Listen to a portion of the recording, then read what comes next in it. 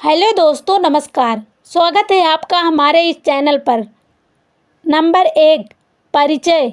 मौमिता देवनाथ कोलकाता, भारत की एक कुशल डॉक्टर और प्रतिबद्ध पर्यावरण वैज्ञानिक थी। उन्होंने स्कूल और चिकित्सा तथा पर्यावरण अध्ययन दोनों में अपनी नौकरी में बहुत अच्छा प्रदर्शन किया। दुख की बात है कि महज 31 साल की उम्र में उनकी मृत्यु एक अस्पष्ट स्थिति में हो गई, जिसके कारण डॉक्टरों और नर्सों के स्वास्थ्य के बारे में चर्चा होने लगी। यह लेख उनके जीवन, उनकी उपलब्धियों और उनके द्वारा किए गए प्रभावों पर प्रकाश डालता है। नंबर 2, प्रारंभिक जीवन और शिक्षा। मौमिता देवनाथ 1993 में कोलकाता, पश्चिम बंगाल, भारत में जन्मी एक देखभाल करने वाली और मेहनती डॉक्टर थी। जब उनकी मृत्यु हुई तब उनकी उम्र 31 वर्ष थी। मौमिता देवनाथ ने जीव विज्ञान में अपनी बुनियादी शिक्षा पूरी की और फिर पर्यावरण विज्ञान में मास्टर डिग्री हासिल की। उन्होंने जलवायु परिवर्तन और पर्यावरण प्रदूषण जैसी समस्याओं में गहरी रुचि दिखाई। वह अपनी पीएचडी पर कड़ी मेहनत कर रही थी। पर्यावरण विज्ञान का अध्ययन करते हुए वह चिकित्सा में करियर बनाने की दिशा में भी काम कर रही थी। मौमिता देवनाथ कोलकाता में आरजीकर मेडिकल कॉलेज में स्नातकोत्तर प्रशिक्षण कार्यक्रम में दूसरे वर्ष की छात्रा थी, जो फेफड़ों के स्वास्थ्य पर केंद्रित थी। वह एक डॉक्टर थी जो वास्तव में अपने रोगियों की परवाह करती थी और महत्वपूर्ण शोध पर कड़ी मेहनत करती थी, खासकर यह देखते हुए कि वायु प्रदूषण सांस लेने को कैसे प्रभावित करता है। उन्होंने सार्वजनिक स्वास्थ्य समस्याओं को हल करने के लिए विभिन्न समूहों का साथ काम किया और अपने प्रयासों के लिए पुरस्कार प्राप्त किए। दुख की बात है कि डॉक्टर देवनाथ की मृत्यु 9 अगस्त 2024 को आरजीकर मेडिकल कॉलेज में अस्पष्ट परिस्थितियों में अचानक हो गई। उनकी मृत्यु ने डॉक्टरों और चिकित्सा कर्मियों, विशेष रूप से तनावपूर्ण नौकरियों में काम करने वाले के मानसिक स्वास्थ्य और कल्याण के बारे में कई चर्चाओं को जन्म दिया है। उनका प्रभाव अभी भी चिकित्सा प्रशिक्षण और स्वास्थ्य सेवा नियमों में सुधार को प्रोत्साहित करता है, साथ ही डॉक्टरों के लिए बेहतर समर्थन के अनुरोध भी करता है। नंबर 3, चिकित्सा कैरियर। मौमिता देवनाथ ने आरजीकर मेडिकल कॉलेज में चिकित्सा के बारे में सीखा, जो कोलकाता का एक प्रसिद्ध स्कूल है।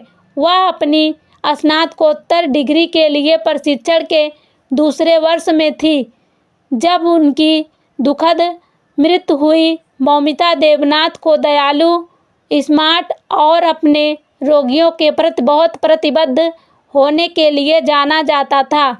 उसने अभी अपनी उन्नत पढ़ाई पूरी की थी और उसे एक होनहार डॉक्टर के रूप में देखा जाता था।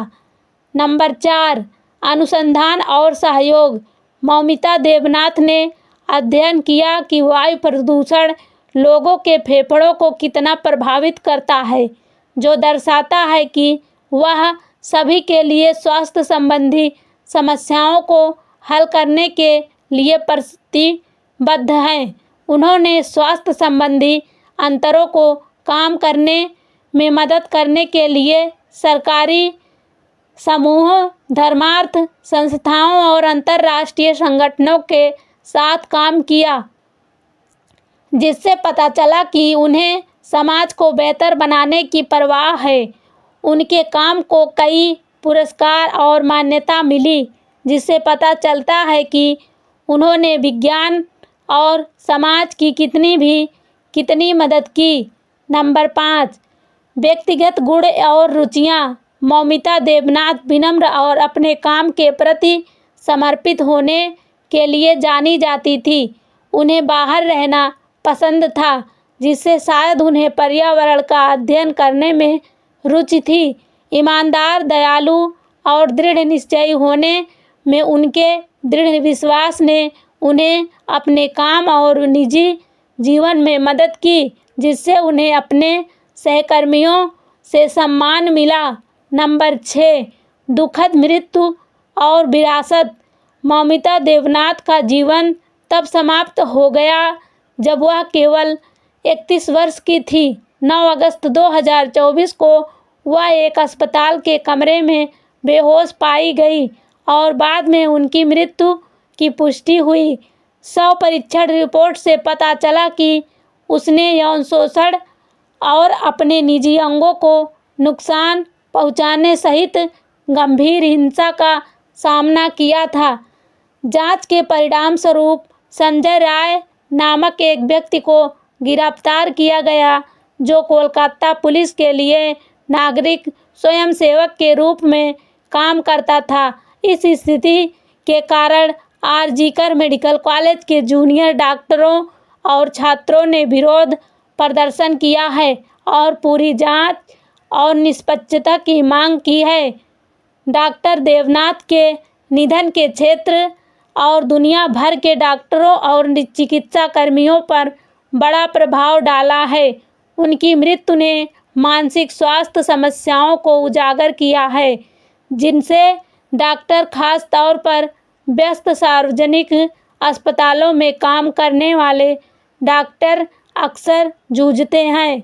राज्य सरकार और अन्य समूहों ने इस मुद्दे पर ध्यान दिया है तथा स्वास्थ्य कर्मियों के मानसिक स्वास्थ्य में बेहतर मदद के लिए चिकित्सा प्रशिक्षण और नियमों में बदलाव के बारे में बातचीत शुरू की है। धन्यवाद दोस्तों। ऐसे ही स्पिरिचुअल एंड मोटिवेशनल स्टोरी के लिए हमारे चैनल को सब्सक्राइब करें, वीडियो को लाइक करें, कमेंट करें।